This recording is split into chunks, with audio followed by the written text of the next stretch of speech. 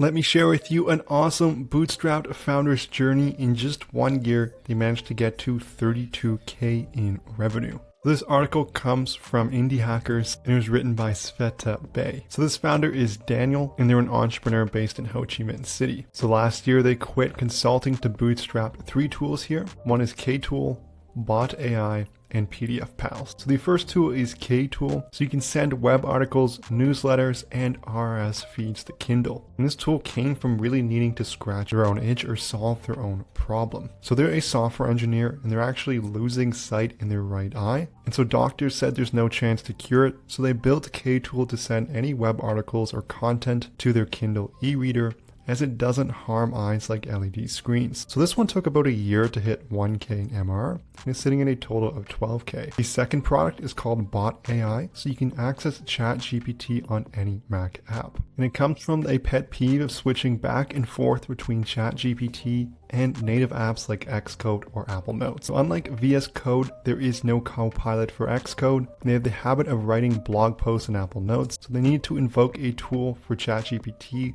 within these apps. So they built an MVP in the weekend and it's reached 14K in revenue overall. The third tool is PDF Pals, so you can instantly chat with any PDF on your Mac. So they were dogfooding Bot AI with content from a PDF. Then a customer asked if they could use it to chat with their PDF. After a few iterations, they figured that people wanted a native chat with PDF app. So they set up a pre-sale to validate the idea, and this product ended up going viral, and they got $1,000 in pre-sale revenue. And after 4 months, it's generated $5,900 in revenue. Definitely a great idea to pre-sell and validate. It's going to save you from building something that nobody wants. In terms of their ideal customers and acquiring them, for K-Tool, their ideal customers are busy professionals who want to keep up with the news without spending too much time on computer screens. And their primary acquisition channel is the App Store, where they use App Store search optimization. For Bolt AI and PDF Pals, their ideal customers are small businesses owners who want to integrate AI into their Webflow. So here, they're acquiring customers through word of mouth, paid ads, and building in public on Twitter. In terms of how they got their first 10 customers, it was all by building in public on Twitter. All the products came from scratch, my own itches, and Twitter is a wonderful place for idea validation, where you can easily understand if there are more people with your problem. And so here's their tweet here on PDF Pals, and had over 75,000 views on it. In terms of their best marketing decision,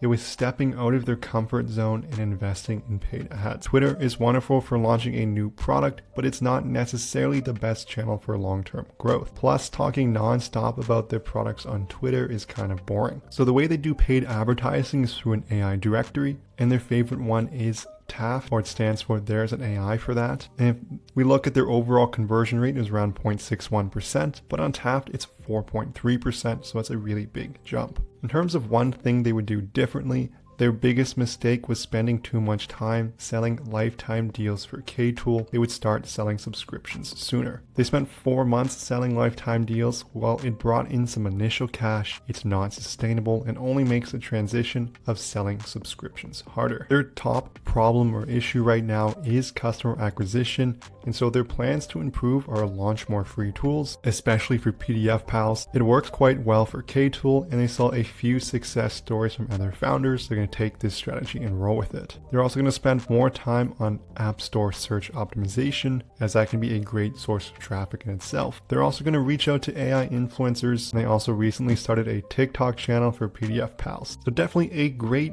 story here, and really awesome to see how much revenue they've generated, and I'm sure they'll continue to grow with their monthly recurring revenue as well on top of that. So I'll leave a link for this in the description below. It also has links to their Twitter as well as Daniel's blog, so make sure you check that out as well so you can follow their journey. If you've gotten this far in the video, I'm sure you want to build your own SaaS or micro SaaS products. There's a link in the description below where you can get sneaky micro SaaS ideas you can steal for free.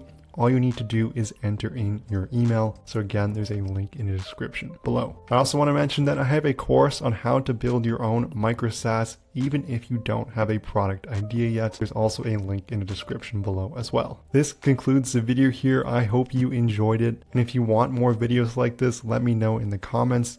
But if you enjoyed it all, smash that like and subscribe button below, as that really helps the channel out, and I'm coming out with new SaaS videos all the time. Thank you so much for watching, and I'll see you in the next video.